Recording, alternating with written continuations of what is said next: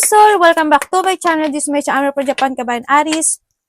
This reading is for you. Tingnan natin yung 9 to 15. Maraming salamat muna. Sa akin mga subscriber, new subscriber, cross-watcher, sa mga bagong pastor, welcome kayo sa bahay ni Ate Aimee. Maraming salamat pa always kay Ronald Balbuena, WZ7. Hindi ko na pagsusunod din WZ7T at saka T. Pag pinagsunod ko yun, medyo masama yung lalabasan. Ronald Balbuena, WZ7, letter T at letter T. Maraming salamat always sa iyong thanks donation. Kunin mo lang sa'yo at itapon ang hindi sa iyo, Aris. Maaring ito is a vice versa. Sa mga gusto magka-personal reading at energy nyo lang gusto nyo makuha natin, all the details para sa personal reading ay nasa baba ng video na ito. Sa mga nagpa-personal reading, maraming salamat. Tandaan nyo, iba ang general ha, at personal. Pag hindi naman nag-connect sa inyo, hindi na to energy, yun lang yun. Kunin mo na sa'yo, itapon na sa'yo. Nangyayari or mangyayari pa lang para kay Aris. Use your own intuition, lawakan natin ang ating isipan. Huwag kayo masyadong maapektuhan kung ano yung lumabas dito. Sana is igalang natin kung kaninong energy ang lumalabas dito.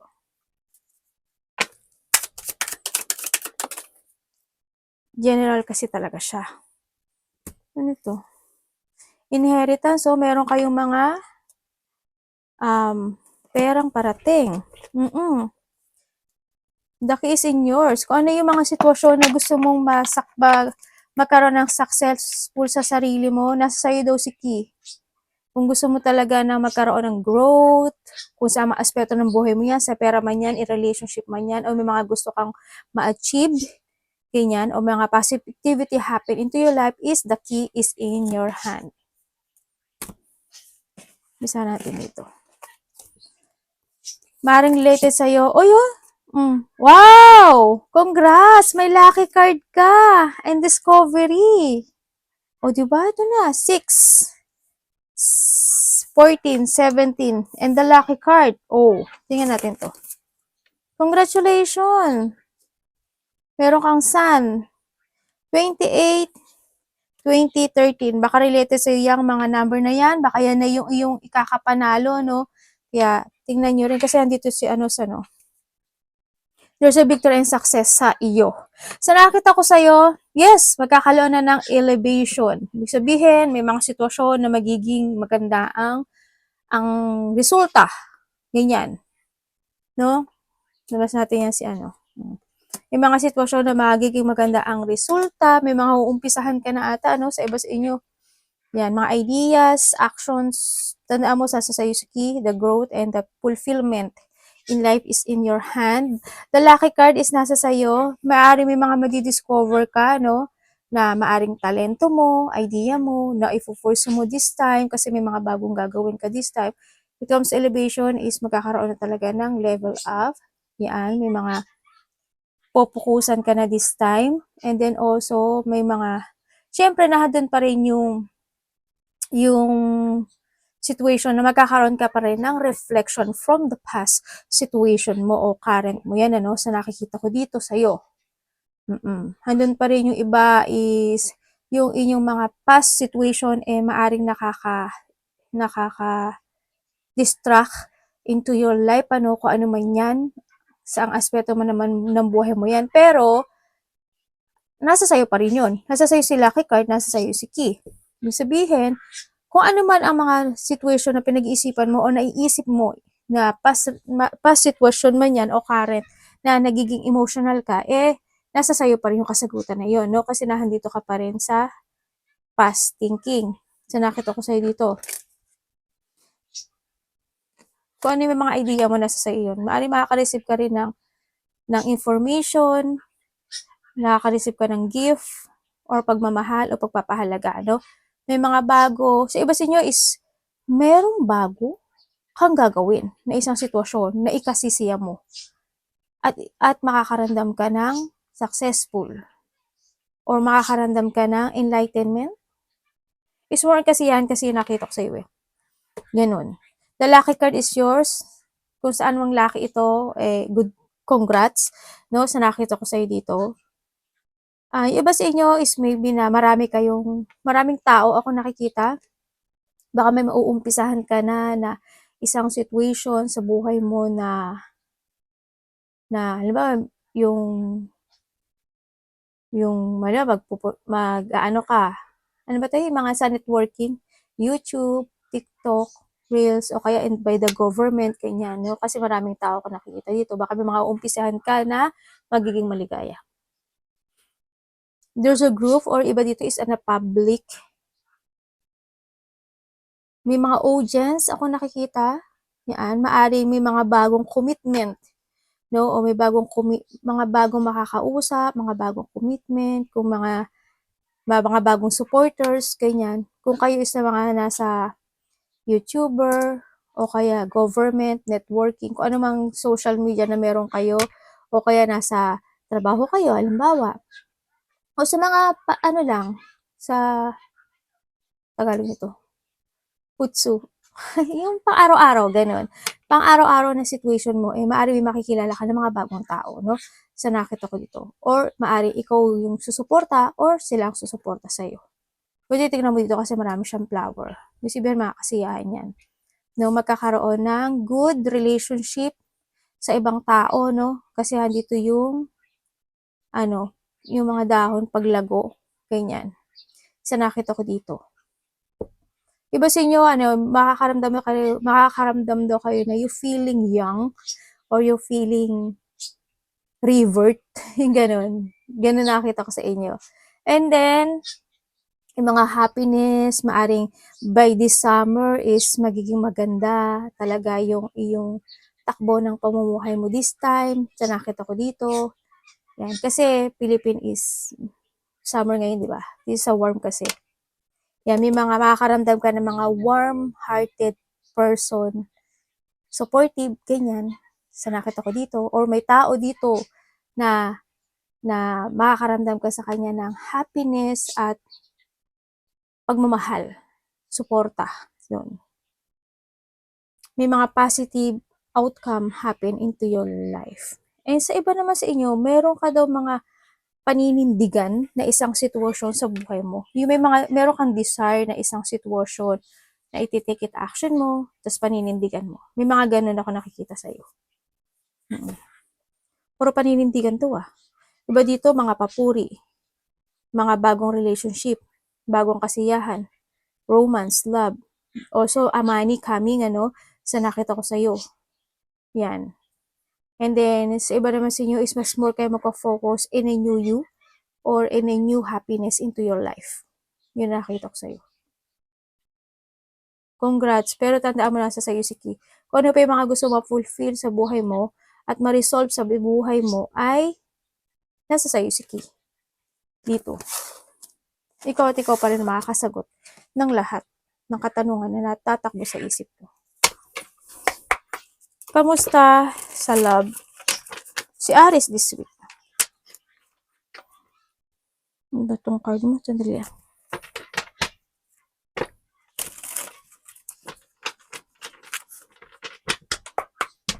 Siguro yung iba sa inyo nasa kayo?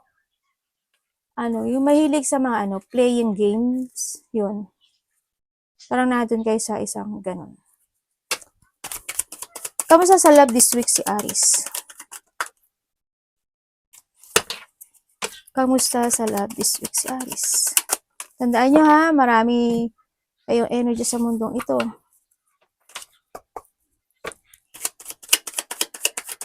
Ay.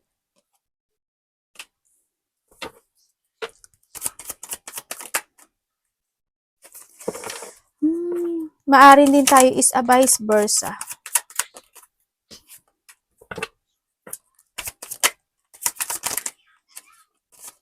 Ano ito? Nako, kaloka. Itong ano mo. Okay. Dalawa. Iba dito dalawa tao. Okay, when it comes to a love, medyo medyo nakikita ko sa'yo, medyo napipressure ka. Nagkakaroon ka ng thinking of a two situation or two path or nagkakaroon ka ng option or decision making this time, sa nakikita ko sa'yo dito. Andito rin yung nagkakaroon ka, it comes to alab kasi alam mo yung may sarili kang paniniwala, no? Dito, may sarili, halimbawa, para sa'yo, paano ba? Basta may sarili kang paniniwala into your own. No, nagkakaroon ka ng limitation this time. Sa nakita ko dito, maaring iba nga sa inyo is dalawa yung person nyo. Ang nakita ko dito, or you're thinking for a two option. Either magle-let go ka na or hindi pa. Nandun ka sa gitna, napapagitnaan ka na yung decision making this time when it comes to a love. You want to create again in a new you when it comes to yourself, pero hindi mo maharap yung decision na yun. No? Kaya handito yung difficult decision making na meron ka ngayon. Kailangan mo ngayon is you need to face a difficult decision sa buhay mo, and then kailangan ngayon, if you want to crossroad, mag-crossroad ka. Pero nasa sa'yo ito. Kaya medyo nakikita ko is pressure ka ata sa nakita ko sa'yo dito. Maaaring nakakaroon ka ng dalawang thinking. Sa bago ba o sa luma, or alin ba sa dalawa, sa kaliwa o sa kanan, mga ganon. O kaya handun yung sitwasyon na naninimbang ka, no? Into a love. Tingnan natin ang money. Kamusta ang money this week ni Aries? Iba naman sa inyo, siguro andito kayo sa sitwasyon nyo na inano ko siya. Nandito kayo sa sitwasyon nyo na maaring kung wala man kayong love, maaring nahadon pa rin yung thinking o past situation. Ganyan. Kumbaga, takot kang sumubok ng bago. Kasi baka naiisip mo na mangyari yung nakaraan. O kaya yung nakaraan hindi mo pa totally nakiklear na maalis yun. Ganyan. So, nakita ko sa'yo. O kaya, you are more on focusing mo sa sarili mo. Yung ganun. Kuhanin mo lang yun sa'yo doon. Pero may pressure kasi ako nakikita. And sa nakita ko dito is, may nakakausap ka. Sa iba sa inyo, if you are single, may nakakausap ka. Pero, hindi ko pa nakikita yung decision making. Na yun, no? Yun nakikita ko dito. Kasi, pagdadalawang isip, yun nakikita ko dito. It comes to money is the moon.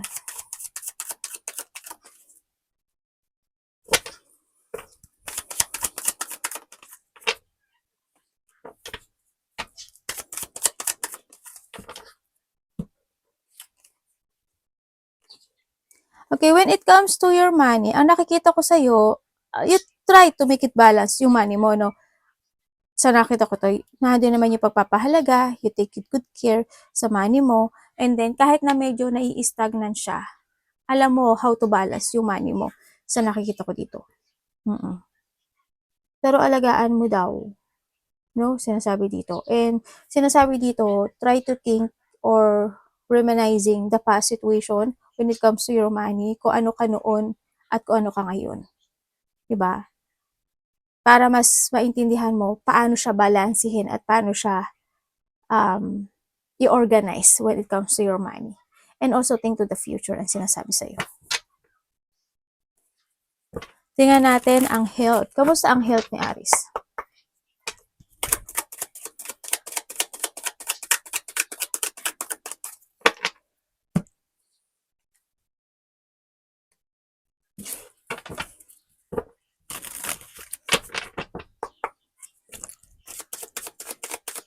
Masakit ba likod mo, Aries?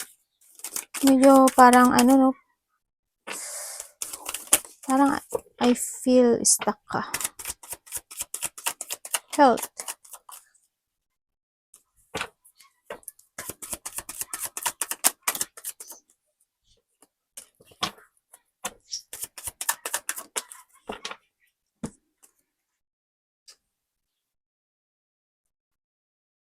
Okay, when it comes to a health, okay naman.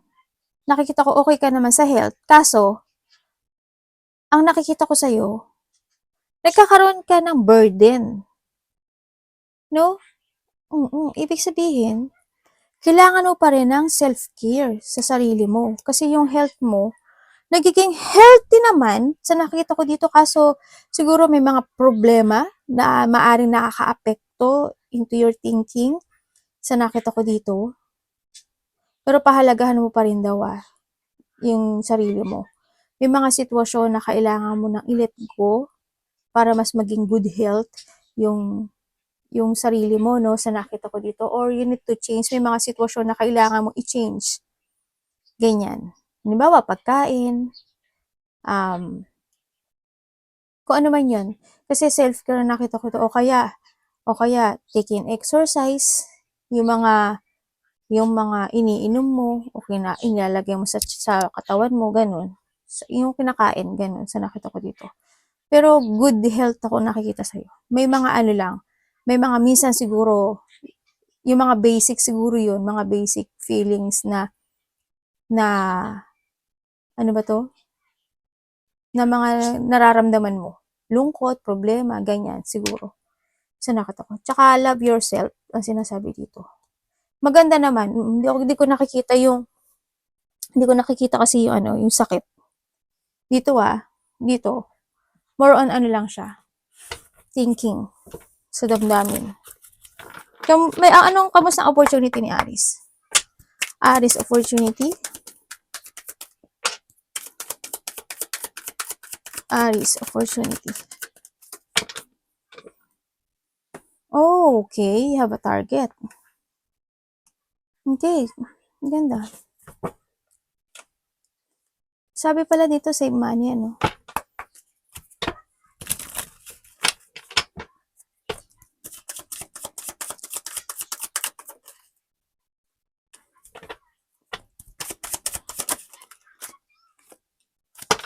Okay.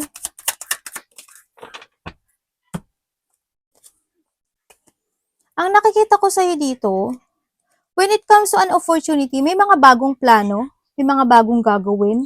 Ako nakakita sa'yo na maaring for your own. Sa nakita ko dito ganun. Ang nakita ko. And then also, ang nakikita ko sa'yo dito is parang you will become iba dito kasi you will become a center of attention, ganyan, sa nakita ko dito. And then also, iba dito is parang when it comes to opportunity, parang you'll become a boss or a leader, yung mga ganun, sa nakita ko dito. Baka maililid ka nga, kasi nandito si Child, nandito na si Garden, tapos nandito si Sun. Ang nakita ko kasi dito, when it comes to opportunity is, you will become a center of attention, or mapapasok ka sa isang sitwasyon mo na maraming tao, or maraming audience, ganyan. Marami kang makakasalamuha, may marami kang makikita, ganyan, sa nakita ko dito. Opportunity, may mga bago ka daw gagawin. Mga bagong gagawin na ikaw lang nakikita ko dito eh. Ganun. May mga bagong plano, may mga bagong strategy, may mga bagong pananaw sa kinabukasan. As in, may mga bagong project ang nakikita ko dito. Pero, ingat ka rin sa nakikita ko sa'yo dito. Oo, marami kang gagawin, no? Marami kang umpisahan, as in. Puro ano to, pang sarili. Ano ba to? Halimbawa, sarili mong idea, sarili mong decision, sarili mong trabaho, sarili mong ganyan. Ganun. Wala ko nakikitang ano. Siguro may kasama ka. Pero yung pinaka-point doon is ikaw yung nahandun. Ganun. Isa kang sa nahandun. Ano ba pwede ko Anong pwede ko example? Halimbawa, magbubukas ako ng tindahan. Pero idea ko yun. Sarili ko yun. Ako yung tatao doon, ako yung mag-manage doon, ganun. Hindi ko isasama yung kapatid ko. Hindi ko siya kasosyo. Ganyan. Kumbaga, yung ate ko, handyan lang siya, kasama ko siya, pero supporters ko siya. Yung mga ganun. May walang partnership. Ganun. Sa iba ganun, sa nakita ko ito. Halimbawa, when it comes, kasi may nakita, sabi ko nga, di ba, mayroong mga may mga maraming tao kasi, halimbawa, artista ka, o kaya, o kaya in your networking, ganun din, di ba? Di ba yung pag ano, pagka nasa mga YouTuber, ikaw na yung director, ikaw pa yung editing, ikaw pa yung ano, di ba? Kasi tayo yung nag-i-edit nun, tayo naglalagay ng mga ano nun, di ba? Nagfi-fix-fix nun, ganun. Yung sa artista din, ganun. Kumbaga, hindi, wala kang partner. Halimbawa, love team, hindi, wala kang kasamang love team, ganun. Pero may nakikita ko sa'yo na may gagawin ka. Example ko lang yan ha, example ko lang yan. May gagawin ko, may mga bagong project ako nakikita sa iyo. Magiging busy ka nga eh, dito. May mga ano rin ako nakikita sa'yo, mga papers, document, siguro kontrata yun. Sa iba, ganun. Or anything, basta may papers and documents ako nakikita.